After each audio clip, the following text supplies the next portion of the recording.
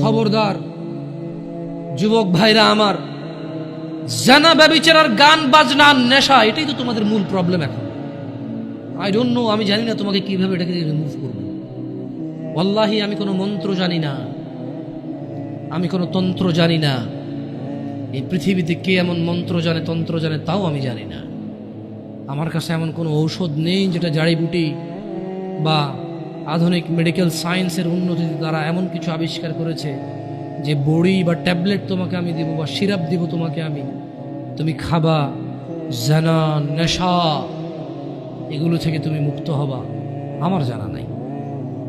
তোমাকে একটাই জিনিস, বোন আমার, তোমার বয়স মাত্র 12, কেন তুমি কারো বিছানায় চলে যাচ্ছ? ওয়াই? তুমি দেখো না তোমার বড় বোন প্রেম করেছে 3টা, বিয়ে কারো সাথে হয়নি? শিক্ষা নাও ওখান থেকে। বোন আমার, তুমি দেখো না তোমার বোনের কি প্রবলেম, তার স্বামীটা আরেক মহিলার সাথে সময় কাটায়, তাকে সময় দেয় না। তুমি যে আরেকজন পুরুষের সাথে সময় দিচ্ছ, ওরও তো স্ত্রী আছে। তোমার বোনের ফ্যামিলির প্রবলেম তো তুমি যার সাথে সময় দাও তারও ফ্যামিলির প্রবলেম। যুবক ভাই আমার, তোমার বোনকে নিয়ে আর পারছো না, তোমার মন চায় তোমার দুলাভাইকে মারতে, বাইন্দা পিটাইতে। কেন? সে তোমার বোনকে কষ্ট দেয়, পরকিয়া করে তোমার বোনের উপর সন্দেহ করে, জুলুম করে। তুমিও তো কারো দুলাভাই, তুমিও তো আরেক মহিলার সাথে সময় কাটাও, তোমার বউকে সময় দাও না, জুলুম করো। তোমার শালারও তো মন চায়, তোমার সম্বন্ধে শ্বশুরও তো মন চায় জামাই বা দুলাভাইয়ের পিটাই ধরে কতক্ষণ। কেন এভাবে বিচার করো না যুবক? বোন আমার, তোমার বয়স মাত্র 14, মাত্র। তুমি এই বয়সে সিগারেট খাওয়া শুরু করে দিছ, আফসোস বোন আমার। আর তুমি তোমার এই নাজুক, এই মহামূল্যবান, ইজ্জতদার তোমার শরীরকে আল্লাহ কত মূল্যায়ন করছে। তুমি জাহান্নামে গেলে তোমার বাপ জাহান্নামে যাবে, ভাবা যায়? মানে তুমি তোমার বাপের কান, তুমি তোমার ভাইয়ের কান, তুমি তোমার স্বামীর কান, ওরা হলো মাথা। আচ্ছা, তুমি হলা মাথা, ওরা হলো কান। তুমি হলা মাথা, ওরা হলো কান। তোমাকে আল্লাহ কত মূল্য দিছে। কারো মাথার মধ্যে যদি কেউ বাড়ি দেও, কি বাঁচবে? বাঁচবে না। যত বড় ডাক্তার, কবিরাজ, যত উন্নত চিকিৎসায় নিয়ে যাক, যদি ওর মাথা ফেটে চৌচির করে দেয়, মস্তিষ্ক বেরিয়ে যায়, ওর বাঁচার চান্সেস কতটুকু, আর কতক্ষণ আছে? তোমাকে, তোমার এই ছোট্ট 3.5 হাত বডিকে আল্লাহ কত ইজ্জত দিছে, কত সম্মান দিছে। যদি কেউ তোমাকে জোর করে জেনা করে, তাকে, সে যদি বিবাহিত হয়, তাকে জুমা মসজিদের সামনে অথবা মহাসমাবেশে প্রকাশ্যে কোমর পর্যন্ত গেড়ে পাথর মেরে মেরে মেরে ফেলতে হবে। কেন? সে তোমার গায়ে হাত দিবে। তোমার ইজ্জত, আবরু কত উপরে। তুমি কি আর আল্লাহর সৃষ্টি জাতা? আল্লাহর সৃষ্টি বনি আদম, ওয়ালাকাদ কাররামনা বনি আদম। আল্লাহ সুবহানাহু ওয়া তাআলা বলছে যে আমি বনি আদমকে কারাম করেছি, ওদেরকে আমি সম্মানিত করেছি। ওই সম্মানিত সম্প্রদায়ের সবচাইতে মূল্যবান তুমি।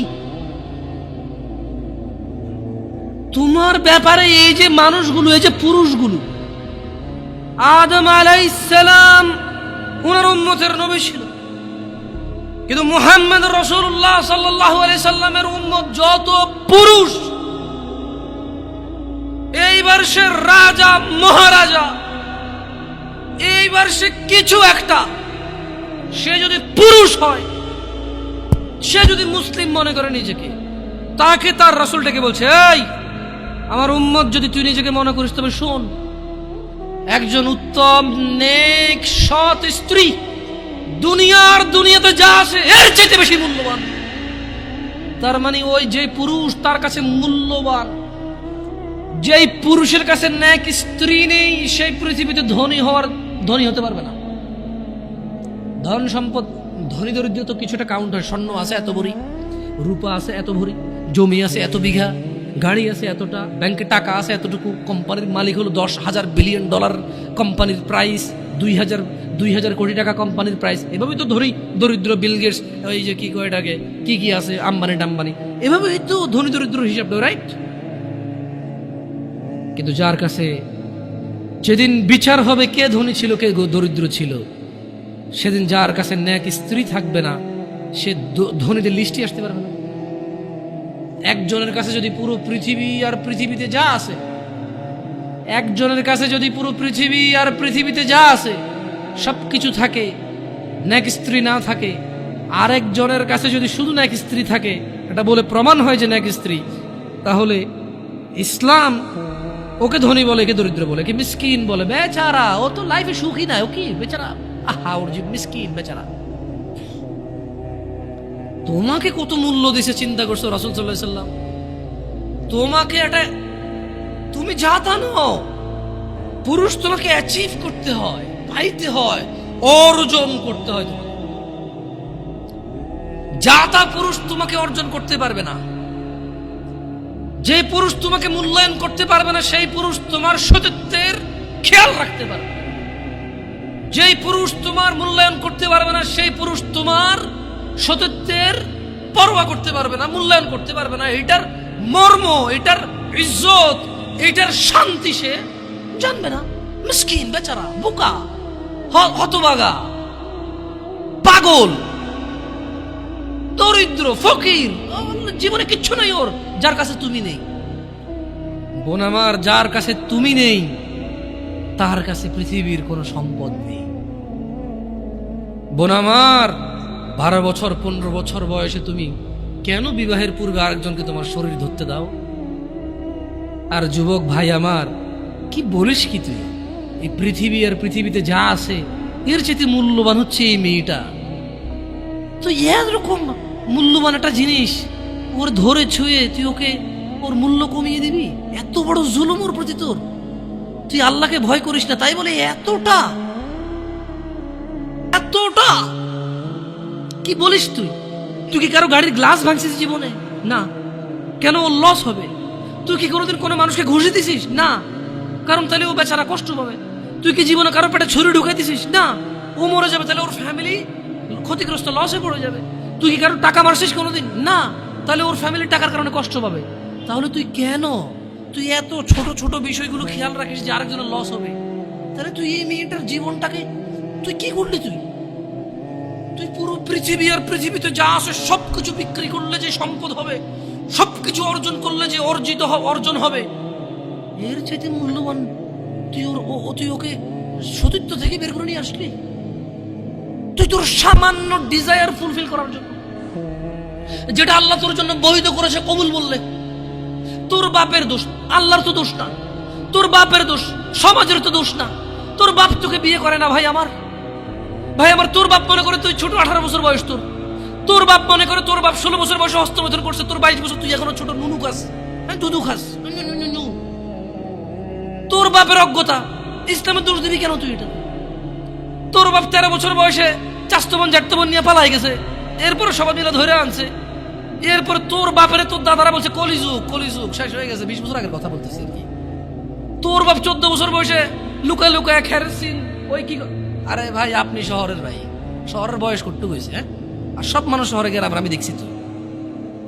ঢাকা শহর খালি হয়ে যায় কেন তাহলে ঈদে? আমারে বলিন না যে আমরা না ঢাকা শহরে থাকি, কিছু বুঝি না। হ্যাঁ, এবার বলবেন না আমাকে, আমি বাংলা পারি না, একটু পারি, এবার বলার দরকার নেই আমাকে। না, আমরা জানি আপনারা সব মানুষই গ্রামের, ঢাকা শহর ঈদ হলে সব খালি হয়ে যায়, ওই যায় না। হ্যাঁ, তো তোর বাপ ওই যে এখন কেউ বলি না যে সুপারি বাগান চেনেন না, ওই যে খেরের চিন, এগুলো বোঝেন না, বললেন না আমার যে জামশেদ ভাই যে কন্টেক্সটে কথা বললাম বুঝে আসে না। হ্যাঁ, একটু শিখলে তো বলার দরকার নেই, কেমন? আমি জানি আপনি বোঝেন না, বুঝের ভান করার দরকার। আচ্ছা, তো তোর বাপে 14 বছর বয়সে এই বাঁশবাগান আশবাগানে যে জেনা লিপ্ত ছিল, তোর বয়স 25, কয় এখনো ছেলেটা বড় হয়নি। তো দোষ ইসলামের এখানে? তোর বাপের, তোর জান্নাতের প্রতি পরোয়া নেই, তোর টাকার প্রতি পরোয়া আছে। তোর বাপ তোর জান্নাত সেভ করতে চায় না, তোকে নাকি ভালোবাসে। তোর বাপ তোর ইজ্জতের পরোয়া করে না, তোকে নাকি ভালোবাসে। তুই নাকি ভালো মানুষ, পৃথিবী আর পৃথিবীর সবচেয়ে সম্পদশালী জিনিসটাকে শুধু একটা এই মুখে মুখে চুমু দিয়ে একটা ওই যে এভাবে ছবি তুলেছিল, কিভাবে হ্যাঁ, এরপরে ফোল্ডার বানায়, ফোল্ডার লক করে রাখছে যাতে কেউ না জানে। এরপরে ওই মাইয়ের বিয়ে ঠিক হয়ে গেলে ধমক দেয়, ছবি পাঠাবো একটা একটা করে। সামান্য ডিজায়ার যেটা তোর হালাল ভাবে আল্লাহ দিয়েছে, একটু সবর কর, একটু সবর কর। তুই ক্লাস 5-এ পড়তেছিস, 6-এর জন্য ওয়েট করতেছিস না? তুই ক্লাস 8-এ পড়িস ভাই আমার, ছোট পিচ্ছি সোনামণি ভাই আমার। তোকে আমি আমার মাথায় রাখি, তুই বলছিস রাগ করিস না। তুই বললে আমি না অত তো সিনেমা নাটক দেখি না, তোরাই কোস, তুই বললে আপন, তাই তোরা আপন করে বলতেছি। আবার কোস না হুজুরের ব্যবহার খারাপ। উনি তুই করে কেন বল, উনি এভাবে কেন কথা বলেন, নিজেকে কি মনে করে? না, তোরাই ডায়লগ দিস, আসলে তুই বললে আপন মনে হয়। আমি এই জন্য ভাই, তোরা আমার কোসিস তুই বললে আপন, আমি তুই বলি। আমি তো সৌদি আরব বড় হয়েছি, আমি তো দেশে বড় হই নাই। আমি আসার পর সব ডাইরেক্ট দেখছি, আসলে আপন জনকে তুই বলে, হ্যাঁ তুই বললে আপন মনে হয়। আমি তোরা আপন মনে করি, কেন ইন্নামাল মুমিনুনা ইখওয়া। 1450 বছর আগে আল্লাহ আমার কাছে তুই আমার ভাই, কত আপন তুই চিন্তা কর। তোরা তুই গমু না কারে গমু রে ভাই আমার? তুই আমার আচরণে যাইস না। হ্যাঁ, তুই আমার কত পুরনো ভাই তুই জানিস? আমার মায়ের পেটের ভাইটা আমি যেদিন জন্ম হয়েছি বুঝতে পারছি, সেদিন আমাকে আমার বাপ মা, আমার পরিবেশ বলছো আমার মায়ের পেটের ভাই। কিন্তু অ্যাজ এ মুসলিম তুই আমার ভাই। 1450 বছর আগে এটা ঘোষণা হয়ে গেছে পৃথিবীতে। তোকে যদি আমি তুই না বলি, আদর করে না বলি, আপন না মনে করি, কাকে মনে করবো রে? তুই তো আমার তুই তো আমার আপন। এমন করিস না ভাই আমার। তোর বয়স সবে 14 বছর। একটু অপেক্ষা কর, একটু অপেক্ষা কর। তোর বাপ বিয়ে করেছে, তুই পৃথিবীতে আসছিস। তুই এমনি এমনি আসিস নি, তুইও বিয়ে করবি, তুইও পৃথিবীর সমস্ত সুখ পাবি ইনশাআল্লাহ। তোর ছেলে সন্তান এমনি এমনি আসবে না। তুইও আল্লাহর দেওয়া নিয়ামত উপভোগ করবি এবং আল্লাহর প্রশংসা করবি। অপেক্ষা কর ভাই আমার, অপেক্ষা কর। খবরদার, বেখেয়ালি হওয়া যাবে না, বেখেয়ালি হওয়া যাবে না। আর নিজের সামান্য ডিজায়ারকে ফুলফিল করার জন্য পৃথিবীর সবচেয়ে দামি সম্পদটাকে সবচাইতে সস্তা নিকৃষ্ট করে দেওয়া যাবে না। কেমন? বিয়ের পূর্বে কোনো মেয়ের গায়ে হাত দিবি না ভাই আমার, খবরদার। বিয়ের পূর্বে কোনো মেয়ের সাথে কথা বলবি না, খবরদার। তোর যোগ্যতা নেই ওর সাথে কথা বলার। তুই কে রে? বামন হয়ে চাঁদের দিকে হাত বাড়াবি না। আমার বোনরা চাঁদ। ওয়াল্লাহি যেদিন ইসলামী শাসন আসবে, যেদিন ইমাম মেহেদী আসবে, যেদিন ঈসা আলাইহিস সালাম আবার আসবে, ওনার বোনদের উপর যারা হাত দেবে উনি হাত কেটে ফেলবে। তুই বামন হয়ে চাঁদের দিকে হাত বাড়াইস না। আমার বোনরা চাঁদ। ইসলাম মেয়েদেরকে চাঁদ বলেছে, আর তোকে বামন বলেছে বেটা। তুই বেটা ছেঁড়া খাতায় শুয়ে লাখ টাকার স্বপ্ন দেখিস, বিয়ের আগে মেয়ের গায়ে হাত দিস। তোর সাহস কত? তোর সাহস কত?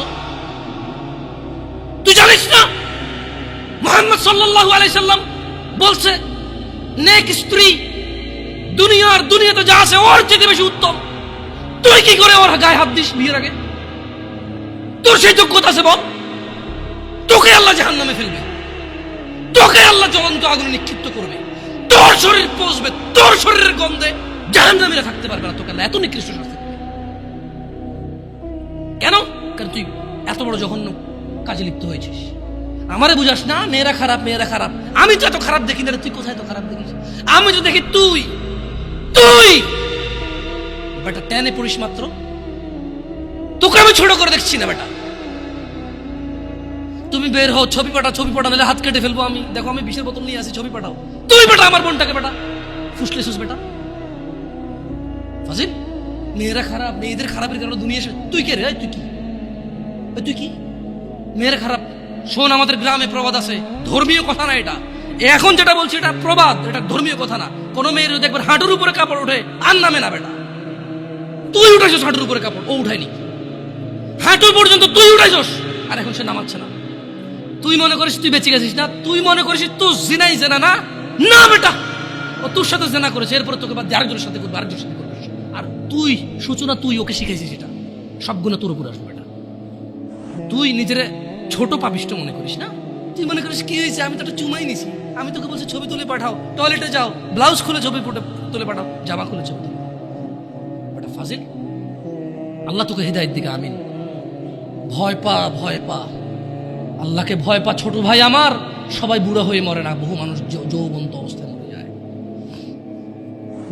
ছোট ভাই আমার, তোর ঘরেও বোন আছে, ভয় পা, আল্লাহকে ভয় পা।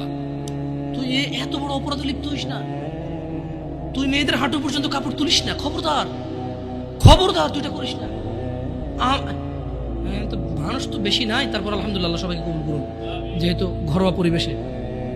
বলেন তো কোনো মেয়ে, আপনার বয়স তখন 16 বছর ছিল আর কি, আচ্ছা যান, কোনো একটা 14 থেকে 18 বছরের মেয়ে আপনাকে বলছে চলো আমরা একসাথে থাকি, বলে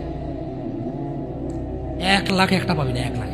আমি বলে দিচ্ছি, চ্যালেঞ্জ হলে আসিও, তুমি প্রমাণ করে দিয়ে যাও। মেয়ে কি বলো, মেয়েরা প্রেম হারাম ইসলামে, ইসলামে বিয়ের পূর্বে সম্পর্কই হারাম।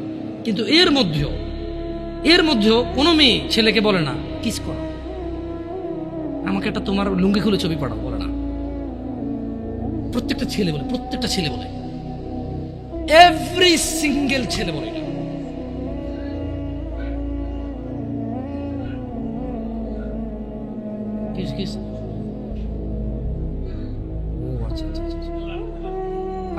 ঠিক আছে, বন্ধ করো, জানা না, মানুষের কষ্ট দিন না, মানুষকে কষ্ট দিন না, জানা বন্ধ করে দেন। আপনার সাউন্ডটা আরো একটু করিয়েন, কেমন? মানুষজন যাতে কষ্ট না পায়, কেমন? কারণ সবাই বাধ্য না, সবাই বাধ্য না তো। না না ঠিক আছে, না না, জানালাগুলো বন্ধ করে দেন, মানুষ যাতে কষ্ট না পায়, কারণ সবাই তো বাধ্য না। আর সাউন্ড সিস্টেমটাকে আরো কি করবেন, মানে এরপরের হালাকা না, নিচে আপনি মাইক লাগাবেন, মাইকের সাউন্ড লিমিট করবেন। আপনি দেখেন, এটা তো টেকনোলজিক্যাল ব্যাপার, রাইট? আমি আপনাদেরকে অনুরোধ করবো, এরপরে আরো অনেকেই আসবে, রাইট? প্রতি মাসেই হয়তো আসে। আপনাদের যেখানে যেখানে যারা যারা বসে, সংশ্লিষ্ট ওই এরিয়াতে যাতে সাউন্ডটা সীমাবদ্ধ থাকে। নিচতলায় তো আর এখানকার সাউন্ড যাবে না, নিচতলায় আলাদা একটা সাউন্ড ওই লাগাই দেন, মাইক্রোফোন লাগাই দেন, মানে স্পিকার, সরি। নিচতলায় কি আর একটা, আর মাটিতে বাড়ি দিলে কে চেতে ওঠে, ওটা তো হয়। যাই হোক, তো তোমরা এই অন্যায়টা করবা না। আর যদি তোমাদের মনে হয় যে না, তোমাদেরকে কোনো 16 বছরের 17 বছরের যুবতী মেয়ে বলছে যে মানে আজে বাজে অফার করছে, আমাকে বলিও। আমার ফেসবুক আইডি তো জানাই আছে না, আমাকে বলে ভাই ভাই ভাই এক আজব ঘটনা ঘটে গেছে ভাই, 16 বছরের মেয়ে আমাকে বলতেছে আজে বাজে কথা। না, মনে রাখবা, তোমরা যারা মেয়েদেরকে এত বিচ্ছিরি ভাবে ফেসবুকে কমেন্টস করো না, খারাপকে খারাপ বলবে, এটা আমি জানি, খারাপকে খারাপ বলতে হয়, কিন্তু তুমি মনে রাখবা, তোমার মতো আমার মতো কোনো ছেলে দায়ী এটা। কারণ আমার মনে হয় না কেউ প্রুফ করতে পারবে যে কোনো বিবাহ হয় নাই এমন মহিলা ছেলেদেরকে আজে বাজে প্রস্তাব দিবে, আমার মনে হয় না। হ্যাঁ, বিবাহের পূর্বে দিতে পারে কারা, যাদেরকে 12 বছর 13 বছর থাকা অবস্থায় তাদেরকে তাদের বয়ফ্রেন্ডরা আজে বাজে পথে নিয়ে চলে গেছে, সেটা ডিফারেন্ট ইস্যু হতে পারে। বাট নর্মালি যে কোনো ছেলে যে কোনো মেয়ের সাথে পরিচয় হলেই কিন্তু আজে বাজে প্রস্তাব দেওয়া শুরু করে। আল্লাহ আমাদেরকে বোঝার তৌফিক দান করুন। আর যুবক ভাইরা আমার, মনের দাসত্ব করা যাবে না। আল্লাহ সুবহানাহু ওয়া তাআলা কুরআনুল কারীমে বলছেন, ওয়ামা উবাররিউ নাফসি, সূরা মানে ইউসুফ আলাইহিস সালামের এই ঘটনাটা আমাদের জন্য খুবই প্রয়োজনীয়। কেন?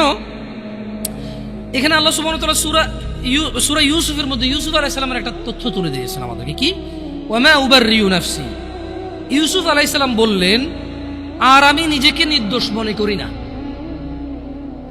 ইউসুফ আলাইহিস সালাম কি বললেন? কি বলছেন? ওয়ামা উবাররিউ নাফসি, আর আমি নিজেকে নির্দোষ মনে করি না। ইন্নান নাফসা লাআম্মারাতুন বিসসুই ইল্লা মা রাহিমা রাব্বি ইন্না রাব্বি গফুরুর রহিম। তিনি বলছেন যে আমি ইউসুফ আলাইহিস সালাম নিজেকে নির্দোষ মনে করি না, কেননা নিশ্চয় মানুষের নফস খারাপ কাজের নির্দেশ দিয়েই থাকে। তিনি কেন নিজেকে নির্দোষ মনে করে না? তিনি বলছে কারণ মানুষের যে নফস, যে সেলফ আছে, এটা খারাপ কাজের নির্দেশ দিতেই থাকে, কিন্তু সে নয় ইল্লা মা রাহিমা রাব্বি, কিন্তু সে নয় যাকে আমার রব দয়া করেন।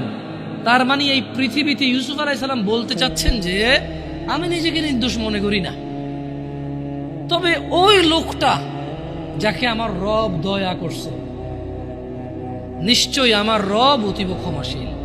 তার মানে যদি আমরা আমাদের হৃদয়কে যদি আমরা চাই যে আমাদের হৃদয় আমাদেরকে জানার দিকে না ডাকুক, নেশার দিকে না ডাকুক, ব্যভিচারের দিকে না ডাকুক, জুলুম অত্যাচার সুদ ঘুষের দিকে না ডাকুক, যদি এটা আমি চাই, তাহলে আমি আমার রবের দয়া প্রত্যাশী হতে হবে এবং নিজেকে এমন কর্মব্যস্ততায় রাখতে হবে যে কর্মফলে রব আমার উপর সন্তুষ্ট হয়ে আমাকে দয়া করবে এবং সেই দয়ার বদৌলতে আমার হৃদয় বা আমার নফস আমাকে খারাপ কাজের আদেশ দিতেই থাকবে না। আল্লাহ তাআলা কোরআনুল কারীমে আরো বলছেন, ওয়া নাফসিন ওয়া মা সাওয়াহা, শপথ নফসের এবং যিনি তা সুবিন্যস্ত করেছেন তার, ফাআলহামাহা ফুজুরাহা ওয়া তাকওয়াহা, তারপর তাকে তার সৎ কাজের এবং তার অসৎ কাজের জ্ঞান দান করেছেন। একটা জিনিস খেয়াল করে দেখেন, আল্লাহ সুবহানাহু ওয়া তাআলা কি বলছেন, ওয়া নাফসিন ওয়া মা সাওয়াহা। আল্লাহ কসম করতেছে যে শপথ নফসের, মানে যে আমাদের সেলফ ভিতরে যে আমাদের সেলফটা আছে, নফস আছে, বাংলা কি করে এটাকে? নফসের বাংলা হচ্ছে কি আত্মা, না আত্মা না মনে হয়। খের, নফস তো বুঝছেন আপনারা, কঠিন বাংলাটা জানতে হবে কারো থেকে ভালো, যারা ভালো বাংলা গ্রামার বোঝে। তো আল্লাহ তাআলা বলছেন যে শপথ নফসের, কারণ নফস হচ্ছে কি যে জিনিসটা আমার মানে ব্যক্তি সত্তা আর কি, এটা খুব অপরাধ প্রবণ হয় আর কি ব্যক্তিগতভাবেই। তো তিনি বলছেন যে ফাআলহামাহা ফুজুরাহা ওয়া তাকওয়াহা, শপথ ওই নফসের যেই নফসকে আল্লাহ তাআলা সৎ কাজ এবং অসৎ কাজের জ্ঞান দিয়েছেন। তার মানে আমরা বলতে পারবো না যে আমরা যে অসৎ কাজ করি আমরা নির্দোষ, কারণ আল্লাহ তো এটা আমাদেরকে কি দিছে? জ্ঞান দিছে, কোনটা ভালো কোনটা খারাপ। কদ আফলাহা মান যাক্কাহা, সুতরাং সেই সফল কাম হয়েছে যে নিজেকে পবিত্র করেছে। ওয়া কদ খাবা মান দাসসাহা, আর সেই ব্যর্থ হয়েছে যে নিজেকে কলুষিত করেছে। আল্লাহর সফলতা মানে হচ্ছে যে জান্নাতে গেছে তাকে আল্লাহ সফল বলেছে, যে জাহান্নামে যাবে তাকে আল্লাহ ব্যর্থ বলে। কেমন? এখানে সফলতা মানে পরীক্ষায় পাশ না, অধিক উপার্জনের অধিকারী হওয়া, অনেক বেশি রিজিক থাকা, 2-3টা বিয়ে করে ফেলা, গাড়ি বাড়ি থাকা, ভোটে দাঁড়াইয়া পাশ হয়ে যাওয়া, অথবা এলাকার মসজিদের সভাপতি হয়ে যাওয়াকে সফলতা বলে না। আল্লাহ সুবহানাহু ওয়া তাআলা যখন কোনো সফল কাম কাউকে বলে, আল্লাহ এটা মিন করে এবং এটাই মূল উদ্দেশ্য যে সফল মানে হচ্ছে জান্নাতি। সফল মানে কি? যে লোক জান্নাতে যায় নাই সে সফল হয় নাই, যে লোক জাহান্নামে গেছে সে সফল হয় নাই, সে ক্ষতিগ্রস্ত হয়ে গেছে। কেমন? এইটা আমাদেরকে খেয়াল রাখতে হবে আমার ভাইয়েরা। আমাদের নফসের প্রতি আমাদের দুর্বলতা থাকবে, এটা ন্যাচারাল বিষয়। তবে যে হৃদয়কে আল্লাহ ভালো এবং মন্দের জ্ঞান দিয়েছে, এটা দিয়ে যদি আমরা আল্লাহর রহমতের কামনা করি, তাহলে আমাদের এই কুপ্রবৃত্তি থেকে আমাদের রেহাই পাওয়ার কি আছে? সুযোগ আছে। জুয়া একটা সময় ছিল কি মনে হয় এভাবে কার্ড দিয়ে এভাবে যারা খেলতো তাদেরকে জুয়া বলতো। মেবি ওইটাই একমাত্র জুয়া বলে মানুষ জানতো, যেখানে মানুষ হয়তো নিঃস্ব হয়ে যেত। কেউ ইভেন কেউ এরকম আছে যে বউ পর্যন্ত দিয়ে দিচ্ছে বাজিতে, যে এরপরে হারলে কি। আসলে বিবেক বুদ্ধি বিকৃত হয়ে যায়। তো আপনি এখন বলতে পারেন যে জামশেদ ভাই কি বলেন, কোনো মানুষ কি তার বউকে আরেকজনকে দিয়ে দিবে জুয়া খেলে? এরকম নিচে নামবে?